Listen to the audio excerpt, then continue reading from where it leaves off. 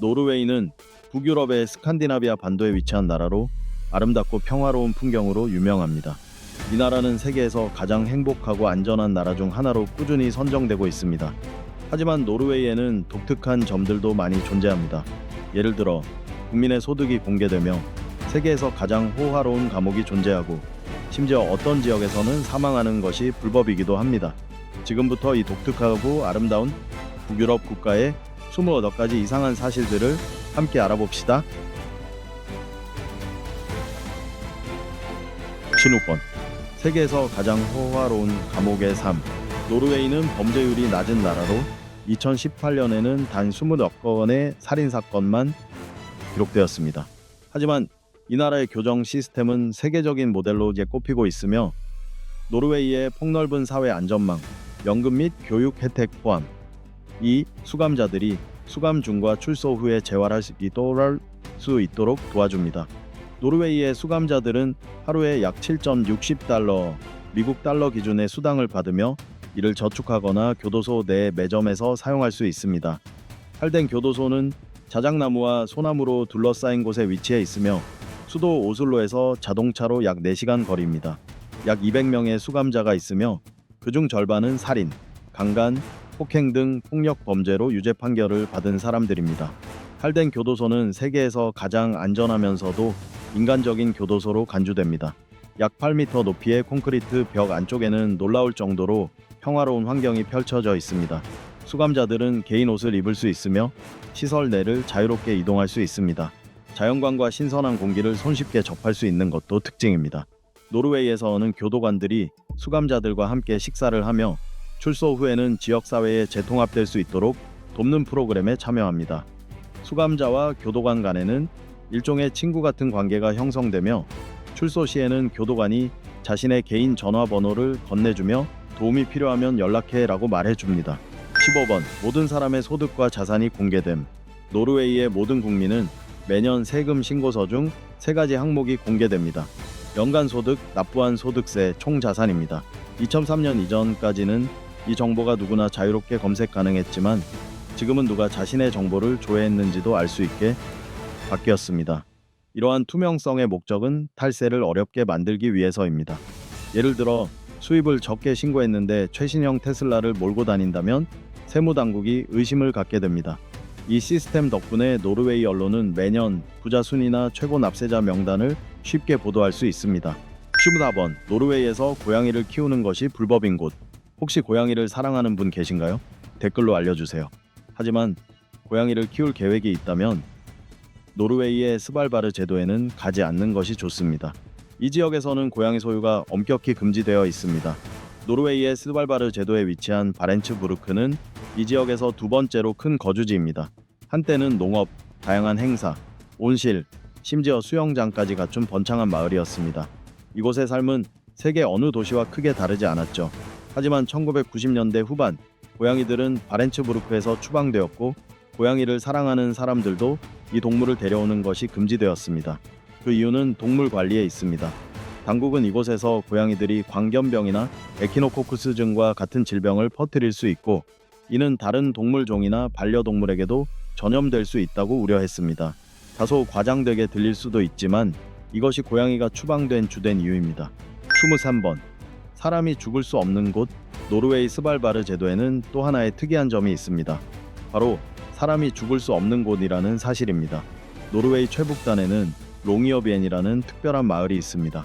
이곳은 스발바르 제도에서 가장 인구가 많은 도시이자 북극해 외딴 얼어붙은 섬에 위치하고 있으며 노르웨이 본토와 북극 사이 중간 지점에 자리 잡고 있습니다. 세계 최북단 도시로도 알려져 있죠. 이 마을에서는 사람들이 죽을 선 없습니다. 지난 70년 이상 동안 롱이어비엔에서는 매장이 금지되어 왔습니다. 이는 낮은 기온과 영구 동토층 페르마프로스트 때문입니다. 롱이어비엔의 땅은 여름에도 절대 녹지 않기 때문에 시신을 매장해도 부패되지 않습니다.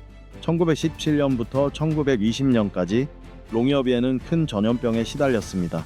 그리고 13년 후 당국은 이곳에 묻힌 시신들이 여전히 온전한 상태라는 것을 알게 되었습니다. 그로 인해 새로운 전염병의 위험을 우려한 당국은 묘지를 폐쇄하고 이후 매장을 금지하게 되었습니다. 현재 그 묘지에는 십자가만이 추모용으로 남아 있습니다. 롱이어비엔의 인구는 약 2,000명이지만 요양원은 단 한 곳도 존재하지 않습니다. 중병에 걸릴 경우 환자는 비행기로 2시간 거리의 본토 병원으로 이송되어야 합니다. 이 도시는 출산조차 거의 불가능합니다. 임신부는 출산 3주 전에는 반드시 본토로 이동해야 하며 이 섬의 소형 병원은 오직 응급 상황에만 대응합니다. 롱이어비엔에서는 노인이 될 때까지 일할 수 있지만 은퇴가 가까워지면 반드시 본토로 돌아가야 합니다. 이 롱이어비엔의 규칙, 여러분은 어떻게 생각하시나요? 댓글로 의견을 남겨주세요. 22번. 1년에 2달 넘게 해가 지지 않는 노르웨이의 이상한 섬. 노르웨이에 해가 2달 넘게 지지 않는 곳이 있다는 걸 믿을 수 있나요? 바로 노르웨이의 솜마로이 섬 이야기입니다. 이 섬은 매우 특별한 곳으로 매년 5월 18일부터 7월 26일까지 무려 69일 동안 해가 지지 않습니다. 솜마로웨이는 북극권 북쪽에 위치한 섬이며 매년 11월부터 1월까지는 반대로 어둠 속에 갇혀 있습니다. 이처럼 긴 낮과 긴 밤이 반복되는 솜마로웨이는 노르웨이의 독특한 자연현상을 가장 잘 보여주는 곳 중 하나입니다. 21번. 어마어마한 검은 황금 매장량. 노르웨이는 유럽의 주요 석유 강국입니다. 이 나라의 추정 석유 매장량은 1조 달러, USD 이상의 가치를 지니고 있습니다. 상상이 어려울 정도로 거대한 수치죠. 이 검은 황금은 노르웨이가 오늘날 부국이 되는 데 핵심적인 역할을 한 자원입니다. 오늘날 노르웨이는 막대한 석유 생산량 덕분에 유럽에서 가장 부유한 나라 중 하나로 꼽히고 있으며 세계에서도 손꼽히는 석유 및 천연가스 생산국입니다. 과거에는 어업과 해양 산업에 의존하던 가난한 국가였지만 이제는 석유 덕분에 세계적인 경제 강국이 된 것이죠. 20번. 노르웨이의 별미 쉬스트로에밍 솔스트로밍. 혹시 쉬스트로에밍을 들어본 적 있나요? 노르웨이에서는 이 기이한 음식이 매우 유명하며 주요 식사 중 하나로 즐겨 먹습니다. 겉모습은 약간 젤리처럼 생긴 쉬스트로에밍은 매운맛이 특징이며 치즈와 으깬 감자와 함께 먹는 경우가 많습니다. 이 음식의 기원은 바이킹 시대로 거슬러 올라갑니다. 전설에 따르면 바이킹들이 어느 날 한 어촌 마을을 습격해 불태웠는데 마을 사람들은 불을 끄기 위해 물을 뿌렸고 불길 속에는 북극 생선이 건조된 채 걸려 있었습니다. 불이 꺼지고 나서 그 생선들은 신기하게도 마치 갓 잡은 생선처럼 변해 있었고 마을 사람들은 이를 헹궈 끓인 후 먹어본 것이 쉬스트로에밍의 시작이었다고 합니다. 이 음식은 노르웨이 요리의 상징으로 여겨지며 도시 어디에서나 판매됩니다. 작은 길거리 음식점부터 고급 레스토랑까지 모두 이 음식을 취급하죠. 여러분은 이 무시무시한 음식에 도전해볼 용기가 있나요? 댓글로 여러분의 생각을 공유해주세요. 19번. 유럽 최고의 철도 여행 노르웨이. 스칸디나비아를 여행하는 최고의 방법 중 하나는 바로 철도 여행입니다. 그리고 노르웨이에서는 장엄한 풍경과 함께하는 기차 여행을 즐길 수 있습니다. 가장 인기 있는 철도 노선 중 하나는 플럼철도 웨플럼스바나입니다. 이 노선은 세계에서 가장 아름다운 철도 노선 중 하나로 꼽힙니다. 기차를 타면 편안하게 앉아있는 동안 창밖으로 펼쳐지는 자연의 풍경을 감상할 수 있습니다. 예를 들어 오슬로에서 베르겐까지 이어지는 기차 여행에서는 반짝이는 피오르드와 험준한 산봉우리를 기차 창문 너머로 감상할 수 있습니다. 이 아름다운 철도 여행, 여러분도 한 번쯤 경험해보고 싶지 않나요? 18번. 세계 최대의 나체 조각공원 비겔란 조각공원 프비젤란 파크는 노르웨이 오슬로에 위치한 세계 최대의 나체 조각공원으로 청동과 화강암으로 만들어진 총 200개의 조각상이 전시되어 있습니다. 이 공원은 유명한 노르웨이 조각가 구스타브 위겔란드의 작품들로 구성되어 있으며 오슬로 프로그너 공원의 850m에 이르는 산책로를 따라 전시되어 있습니다. 조각들은 주로 1939년부터 1909년 사이에 제작되었으며 현재 매년 약 100만 명의 관광객이 이곳을 찾습니다. 나체 조각상들은 기쁨, 분노, 사랑, 슬픔 등 다양한 인간의 감정을 표현하고 있지만 외설적인 느낌은 전혀 없습니다. 이 조각들은 인간의 삶에 대한 깊은 메시지를 담고 있으며 공원 중심에는 14m 높이의 석조 모놀리스 단일 기둥가 자리 잡고 있습니다. 이 기둥은 수많은 나체 인물이 겹겹이 쌓인 형태로 인간 존재가 하늘과 같은 신성한 것과 연결되고자 하는 욕망을 상징합니다. 19번. 세우시 연어가 탄생한 곳. 세우시 연어 좋아하시는 분 계신가요? 댓글로 알려주세요. 아마 대부분 세우시 연어가 일본에서 시작되었다고 생각할 수 있겠지만 사실 이 요리는 노르웨이에서 기원했습니다. 1980년대 중반 노르웨이는 프로젝트 재팬이라는 계획을 통해 새우시 연어를 처음 선보였습니다. 당시 노르웨이 정부는 과잉 생산된 연어를 어떻게 처리할지 고민하며 수출 시장을 모색하고 있었고, 생선을 즐기며 새우시에 대한 전통이 깊은 일본은 완벽한 대상이었습니다. 전통적인 일본 새우시는 주로 참치나 도미로 만들어졌고, 일본에서는 날 연어를 먹는 문화가 없었습니다. 일본군의 태평양 연어는 기생충에 감염되어 날로 먹기에는 부적합했기 때문입니다. 그러나 노르웨이산 청정 연어를 일본에 수입하면서 새로운 새우시 문화가 탄생했고, 이것이 바로 오늘날 우리가 알고 있는 스시 연어입니다. 이 프로젝트는 노르웨이에 막대한 수익을 안겨주었을 뿐만 아니라 전 세계 새우시 문화에 큰 변화를 가져왔습니다. 이후 새우시 연어는 세계 각지에서 인기를 끌며 노르웨이산 연어는 가장 맛있고 인기 있는 새시 재료로 자리 잡게 되었습니다. 16번. 만 6세부터 성별 선택이 가능한 노르웨이. 노르웨이는 트랜스젠더의 권리를 보호하기 위해 부모의 동의에 만 6세 아동부터 스스로 성별을 선택할 수 있도록 허용하는 법을 통과시켰습니다.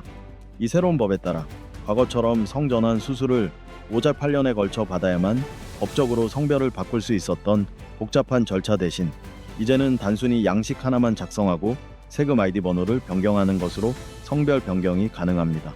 노르웨이 국민들은 이 법을 강하게 지지하고 있습니다. 그 이유는 성별이란 개인의 정체성 개념이며 자신이 남성인지 여성인지 결정할 수 있는 권리는 오직 개인에게 있다는 인식 때문입니다.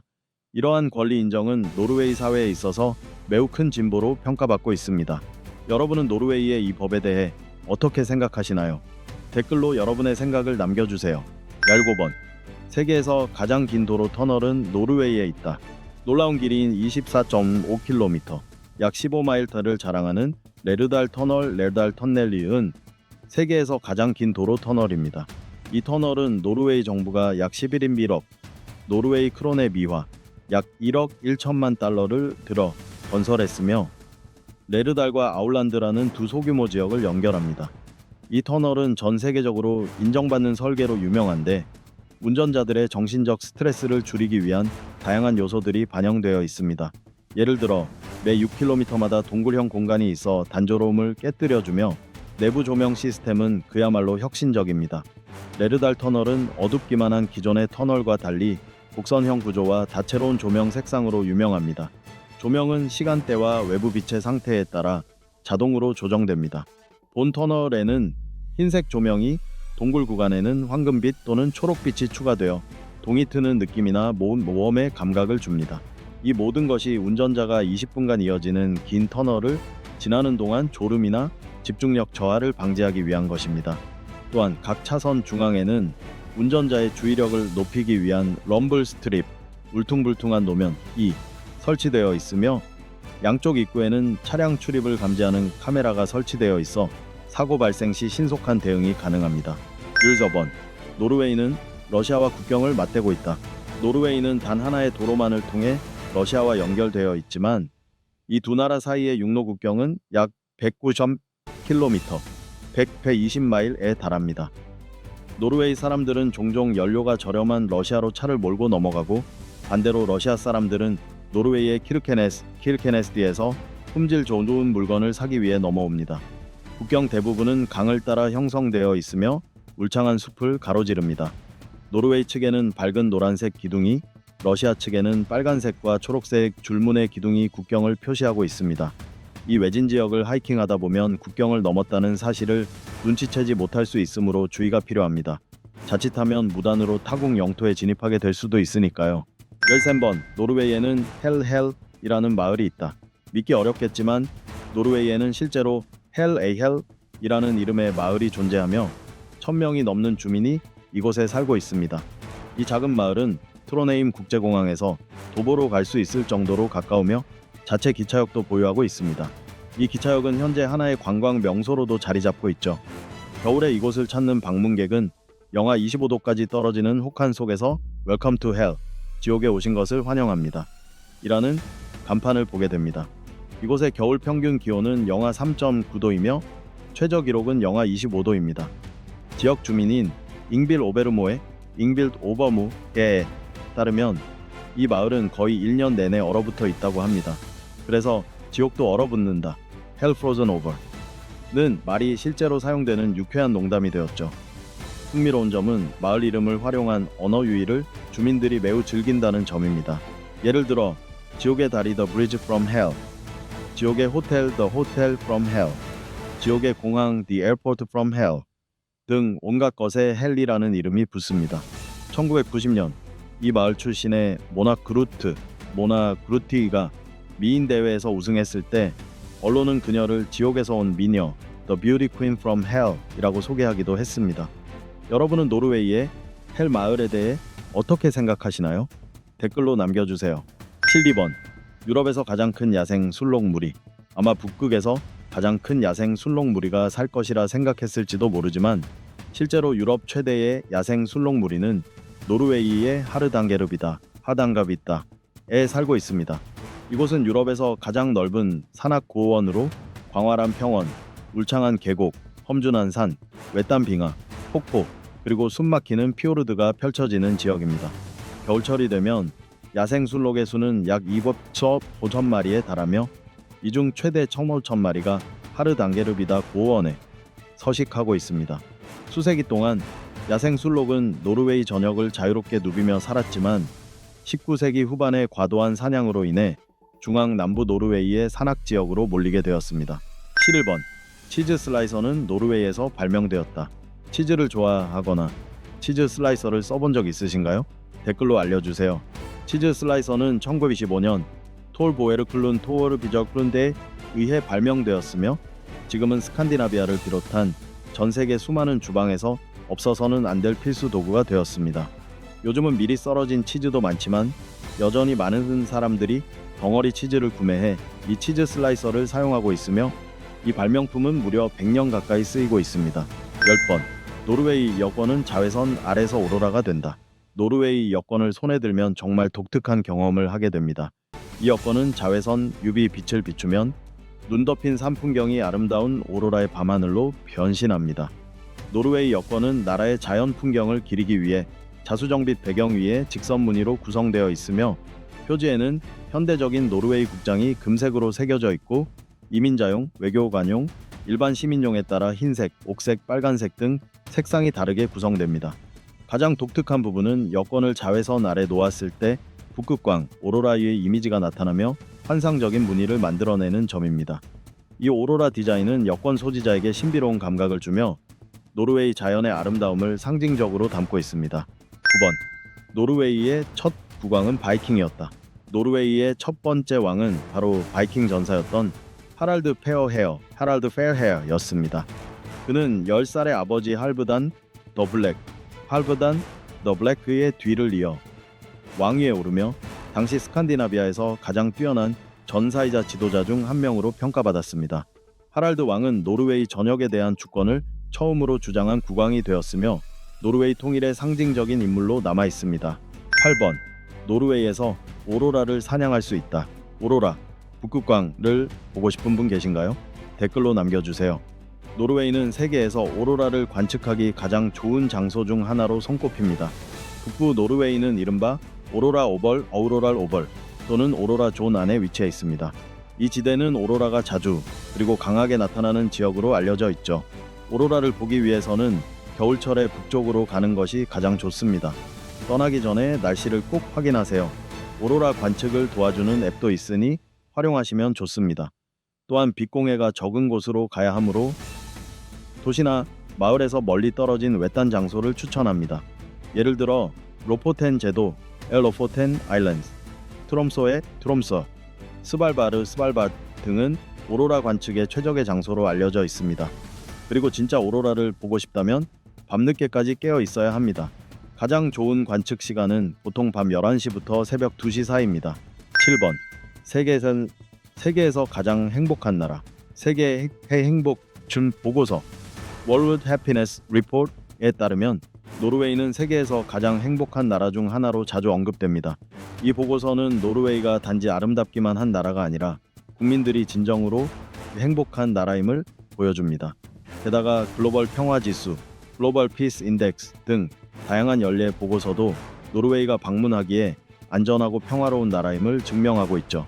노르웨이는 매년 오슬로에서 노벨 평화상 시상식이 열리는 곳이기도 합니다. 숨막히는 자연 경관과 야외 활동을 즐기는 국민성 덕분에 노르웨이 사람들이 행복한 건 어쩌면 당연한 일일지도 모릅니다. 여러분도 이 안전하고 행복한 나라 노르웨이를 방문해 보고 싶지 않나요? 의견을 댓글로 남겨주세요. 6번. 노르웨이 수도는 호랑이의 도시라는 별명이 있다. 노르웨이의 수도는 현재 몰세 오슬로라고 불리지만 항상 이 이름은 아니었습니다. 오슬로는 1040년에 처음 설립되었으며 초기에는 에인스로 또는 아스로라는 이름이 사용되었습니다. 1924년 대형 화재로 도시 대부분이 소실되었고 이후 도시를 아케르스후스 요새 켈슈스 포트레스 근처로 옮겨 재건하기로 결정했습니다. 1884년부터 1905년까지는 스웨덴과의 연합 왕국의 수도로서의 지위를 가졌으며 1877년에는 철자 계약을 통해 도시 이름이 크리스티아니아 케이리스티아니아로 바뀌었습니다. 이 이름은 1920년까지 사용되다가 다시 원래 이름인 오슬로로 돌아왔습니다. 오슬로는 호랑이의 도시 타이거스타든라는 별명도 갖고 있습니다. 이 별명은 1970년 노르웨이 작가 베른스티에른의 베른손 비전선이 오슬로를 너무 춥고 험한 곳이라 묘사하며 처음 붙인 것입니다. 현재 오슬로 중앙역 앞에는 진짜 호랑이 동상이 세워져 있어 이 별명을 상징적으로 보여주고 있답니다. 5번. 제1차 세계대전 당시 노르웨이의 중립. 제1차 세계대전이 발발한 후 노르웨이는 공식적으로 중립을 선언했습니다. 그러나 중립을 유지하면서도 노르웨이는 영국과의 무역 협정을 체결했고 1917년에는 영국이 노르웨이 선박을 통제할 수 있도록 허용했습니다. 이러한 조치에도 불구하고 노르웨이의 중립 입장은 유지되었습니다. 그러나 이 입장은 제2차 세계대전이 발발한 지 불과 2달 뒤인 1940년 4월 독일의 침공으로 인해 깨지게 됩니다. 노르웨이는 전략적 입지와 스웨덴의 철광석 수출 항로 확보를 노린 아돌프 히틀러에게 매력적인 지역이었기 때문입니다. 그 후 노르웨이 왕실과 정부는 급히 런던으로 피신하여 망명 정부를 세우고 원격으로 전쟁 지휘를 이어갔습니다. 또한 노르웨이의 스발바르 제도는 당시 독일이 항복한 장소 중 하나로 역사에 기록되어 있습니다. 제2차 세계대전 동안 나치 독일은 이 북부 외딴 지역을 완전히 점령하지는 못했으나 비밀기상 관측소를 설치하기는 했습니다. 4번. 노르웨이의 엄청난 동계올림픽 성과. 믿기 어렵겠지만 노르웨이는 동계올림픽 역사상 가장 많은 메달을 획득한 나라입니다. 인구가 500만 명도 되지 않는 나라가 말이죠. 2018년 한국 평창 동계올림픽 이후 노르웨이의 누적 메달 수는 무려 358개에 달하며 이 중 185개는 금메달입니다. 노르웨이는 지금까지 2번의 동계올림픽을 개최했습니다. 1952년 오슬로, 1994년 릴레함메르에서 열렸습니다. 특히 릴레함메르 올림픽의 유산은 지금까지도 이어지고 있으며 이 도시의 노르웨이 올림픽 박물관은 국가에서 가장 흥미로운 박물관 중 하나로 꼽힙니다. 또 하나 흥미로운 사실은 노르웨이의 국왕 올라프 하우스의 킹 올라프 비디가 1928년 올림픽 조정 경기에서 금메달을 수상했다는 점입니다. 그는 생애 동안 열렬한 요트 선수이자 스포츠 애호가였습니다. 이 나라 사람들이 정말 활기차고 역동적이지 않나요? 여러분 생각은 어떤가요? 댓글로 공유해 주세요. 3번. 노르웨이에는 두 가지 문자 표준이 있다. 정확히 말하면 노르웨이에는 두 가지 공식적인 문어체 글쓰기 방식가 존재합니다. 북몰, 복몰은 인구의 대다수가 사용하는 표준어이며 니노르스트그밤, 에나이노르케니는 특히 서부 피오르 지역과 농촌 지역에서 더 흔히 사용됩니다. 모든 학생들은 학교에서 두 가지 문어체를 모두 배우며 노르웨이 국영 방송인 에나케는 두 문어체 버전 모두로 뉴스를 방송합니다. 또한 모든 정부기관은 서류와 양식을 두 가지 문어체 버전으로 제공해야 하며 국민 누구나 쉽게 이해할 수 있도록 하고 있습니다. 2번. 런던 트라팔가 광장의 크리스마스 트리는 노르웨이의 선물이다. 1947년부터 노르웨이는 매년 런던 시민들에게 크리스마스 트리를 선물해오고 있습니다. 이는 제2차 세계대전 당시 영국이 노르웨이를 도운 것에 대한 감사의 표시로 시작된 전통입니다. 트라팔가 광장에 세워지는 이 크리스마스 트리는 일반적으로 월첫 예주시즈임년된 노르웨이산 가문 비나무로 오슬로 인근 울창한 숲에서 미리 선정되어 베어집니다. 이 따뜻한 우정의 상징은 매년 겨울 런던 한복판을 아름답게 장식합니다. 1번 노벨 평화상은 오슬로에서 수여된다. 갈색 외관으로 잘 알려진 오슬로 시청은 매년 가을 노벨 평화상 시상식이 열리는 장소입니다. 수상자는 알프레드 노벨의 유언에 따라 노르웨이 노벨위원회가 선정합니다. 노벨 평화상은 1903년부터 매년 수여되어 왔으며 국가 간의 우애 증진에 크게 기여한 개인 또는 단체에게 주어집니다. 오슬로 시청 근처에는 노벨 평화센터가 위치해 있어 방문객들이 노벨상과 관련된 다양한 정보와 전시를 관람할 수 있습니다. 이렇게 해서 노르웨이에 관한 흥미로운 20가지 사실을 알아보았습니다. 지금까지 소개한 사실들 여러분은 어떻게 느끼셨나요? 혹시 이 아름답고 독특한 나라를 직접 방문해 본 적 있으신가요? 저는 개인적으로 교도소 시스템이 매우 인상 깊었습니다. 생각을 댓글로 남겨주세요. 시청해 주셔서 감사합니다. 좋아요, 공유, 구독 잊지 마시고요. 다음 영상에서 또 만나요.